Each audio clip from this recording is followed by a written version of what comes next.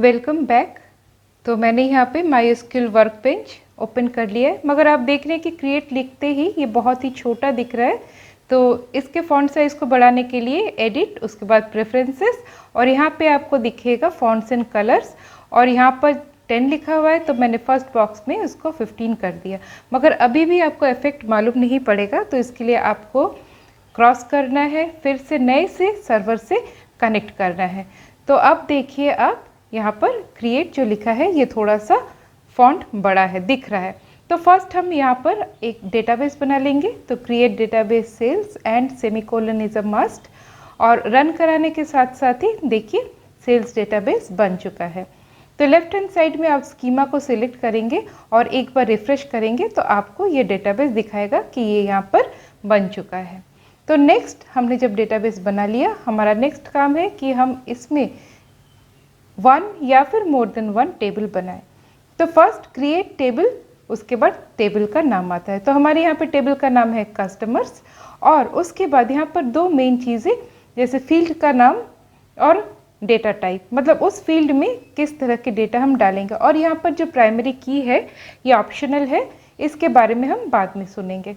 तो यहाँ पर देखिए मेनली फील्ड का नाम और उसका डेटा टाइप और उसका हो सके तो लेंथ, ये हमने डाल दिया। इसी तरह से मैंने यहाँ पे वर्कर और इंट, ये दोनों डेटा टाइप अभी के लिए इंट्रोड्यूस किया है। तो रन कराते ही देखिए यहाँ पे एक एरर बता रहा है। तो ये एरर किस लिए है? क्योंकि इसे मालूम नहीं है कि ये टेबल उसको किस डेटाबेस के अंडर बनाना है। तो इसीलिए जैसे ही हम डेटाबेस नया बनाएं या फिर हम नए से यहाँ पर वर्कबेंच में काम करें, तो हमको यूज़ डेटाबेस, जिस डेटाबेस के अंदर काम करना है। तो जैसे हम यूज़ डेटाबेस बोलेंगे, क्योंकि एक DBMS के अंदर बहुत सारे डेटाबेस हो सकते हैं, तो किस डेटाबेस के अंदर हमको टेबल बनाना है ये हमें मेंशन करना है।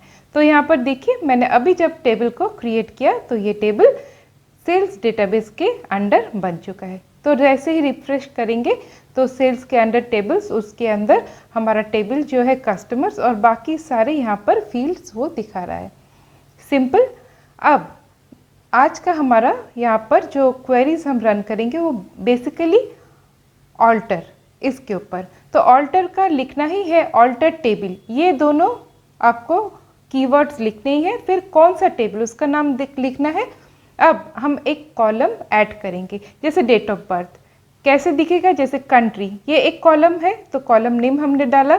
उसके बाद डेट ऑफ बर्थ, उसका डेटा टाइप डेट डाल दिया, और ये नॉट नल हम डाल सकते हैं या फिर नहीं डाल सकते हैं, तो ये मैंडेटरी नहीं है।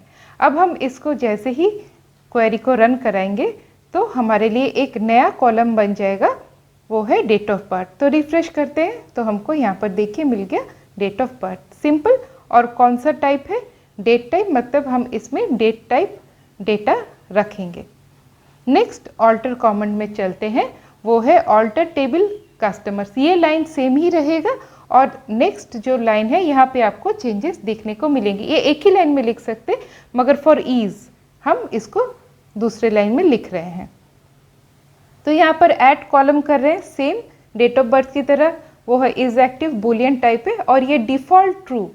ये सारी बातें क्या होती हैं हम और भी आगे के हम लोग जब क्वेरी रन करेंगे तब जाएंगे। तो देखिए इज एक्टिव ये बन गया है, जिसमें डिफ़ॉल्ट वैल्यू ट्रू भरा जाएगा।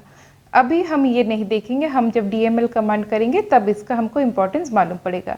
अब add column, country ID, int, ये सबसे सिंपलेस्ट वाला फॉर्म है टेबल में एक कॉलम ऐड करने का। तो रिफ्रेश किया तो देखिए यहाँ पर कंट्री ID बता रहा है। तो अब हमने बहुत तरह से कॉलम ऐड कर लिए। अब आपको मालूम पड़ गया कि एक टेबल में किस तरह से हम कॉलम ऐड करते हैं। अब नेक्स्ट ऑल्टर कमांड में जाने से पहले हम DESC, या फिर बोल सकते हैं कि एक टेबल का जो पूरा डिस्क्रिप्शन है वो हम कैसे देखेंगे।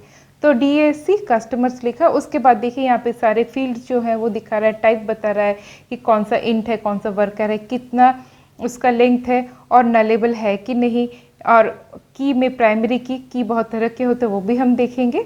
तो ये सारा आपको यहाँ पर DESC कस्टमर्स ये वाले क्वेरी से पता चल जाएगा। ओके, तो आप इस क्वेरी को इस्तेमाल करके देख सकते हैं। तो नेक्स्ट ऑल्टर कमांड में चलते हैं। तो यहाँ पर हम अभी ड्रॉप कॉलम मतलब एक कॉलम को हम हटाएंगे। तो यहाँ पे जैसे मैंने कॉन्टैक्ट नंबर दिया है तो कॉन्टैक्ट नंबर को ड्रॉप करेंगे तो ये कॉन्टैक्ट नंबर फिर हट जाएगा।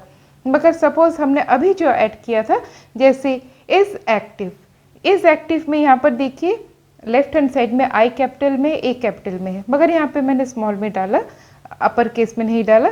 तो अब रन कराने के बाद देखिए यहाँ पे कोई एरर नहीं दिया, मतलब एसक्यूएल केस सेंसिटिव नहीं है। तो इसने इस एक्टिव यहाँ पर लोअर केस होने के बावजूद भी ये कमांड को रन किया। अब नेक्स्ट ऑल्टर कमांड, यहाँ पर ऑल्टर कॉलम, ये जो है लाइन यहाँ पर देखिए रेड क्रॉस दिखा रहा है, मतलब यहाँ पर कुछ गलती है। तो एक DBMS में आपको ये जो मॉडिफाई ऑल्टर इस तरह से डिफरेंट आपको दिखेंगे। तो एज पर DBMS आपको यहाँ पर करेक्शन कर लेना है। और यहाँ पर जैसे ही मॉडिफाई दिया तो देखिए मॉडिफाई कस्टमर नेम वर्कर 100, उसने उसका लेंथ को यहाँ पर चेंज किया। सिंपल, मतलब क्या हम एक फील्ड या फिर एक कॉलम के जो एट्रीब्यूट्स बोल सकते हैं उनको हम चेंज कर सकते हैं। यहाँ पे हमने उसका लेंथ चेंज किया।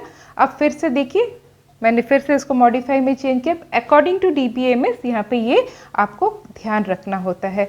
और यहाँ पर आपको ध्यान रखना है, मतलब आपको कहाँ से पता चलेगा, आपको डॉक्यूमेंटेशन से पता चलेगा।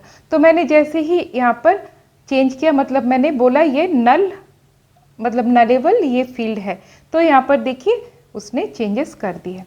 फिर हम जस्ट एक बार देख सकते हैं इसका डिस्क्रिप्शन कि कस्टमर टेबल्स का। तो यहाँ पर आपको ये जो आप नल यस कर रहे हो, नो कर रहे हो, ये सारे चेंजेस, ये जो नल ये जो कॉलम है यहाँ पर दिखेगा। तो यहाँ पर यस तो पहले से ही था, तो हम अगर नो करते तो यहाँ नॉट नल बोलते तो नहीं दिखा, मतलब नो दिखाता, तो यस दिखाता। तो ये आपको चेंजेस कर लेना है। ये हम कमिंग वीडियोस में और भी क्वेरीज से अच्छी तरह से समझेंगे जब हम कीज़ और कॉन्स्ट्रेंट्स के बारे में जानेंगे। अब क्या है मॉडिफाई कॉलम स्टेट, हम डिफ़ॉल्ट यहाँ पर हम लोग अभी एट्रीब्यूट ही चेंज कर रहे हैं। जैसे डिफ़ॉल्ट अगर हम यूज़र कुछ भी यहाँ पे एंटर नहीं करेगा तो डिफ़ॉल्ट में वो अननोन ये वैल्यू डालेगा। ये सारे हम जब DML कमांड्स करेंगे और भी अच्छी तरह से यहाँ पर हम इसको जज कर पाएंगे। तो हमने कॉलम को बहुत तरह से मॉडिफाई किया। अब लास्ट कॉलम का नाम, जैसे अभी कस्टमर नंबर है उसको अगर हम फ़ोन नंबर में बदलना चाहते हैं, मतलब फील्ड का नाम, तब हम क्या करेंगे, तो ये है इसका रीनेम कॉलम। तो यहाँ पर जैसे ही मैंने रन कराया तो आप देखिए यहाँ पर जो कॉन्टैक्ट नंबर है यहाँ पर रिफ्रेश करने के बाद फ़ोन नंबर ये इसमें चेंज हो गया।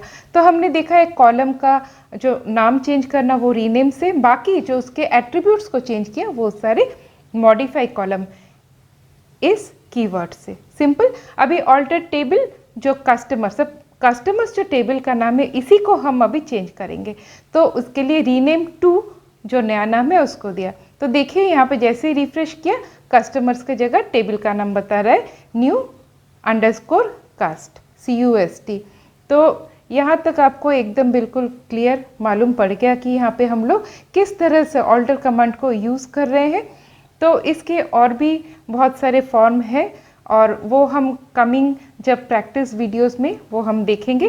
तो आपके लिए यहाँ पर बेसिक मैंने कुछ जो यहाँ पर मैंने आपको बताया रन करवा के, तो उसके बारे में लिखा हुआ है, आप अपने स्क्रीन पर देख सकते हैं। और इसी तरह के हेल्पफुल वीडियो आपको मिलते रहेंगे। तो इसके लिए आपको सब्सक्राइब कर लेना है और ये वीडियो आपको हेल्प किया तो ज़रूर एक लाइक करना। और यहाँ पर स्क्रीन में मैंने बेसिक इन्फॉर्मेशन जितना देना था मैंने उतना थोड़ा बहुत आपको यहाँ पर बता दिया। तो मैंने यहाँ पे MySQL DBMS यूज़ किया था, तो उसके लिए आपको कहाँ पर ध्यान रखना है, किस तरह से थोड़े से चेंजेस आपको कर लेने हैं, ये सब आपको भी मालूम पड़ गया। तो फिर से नेक्स्ट वीडियो में मिलते हैं कुछ दूसरे प्रैक्टिस एक्सरसाइज के साथ। तब तक के लिए बाय बाय।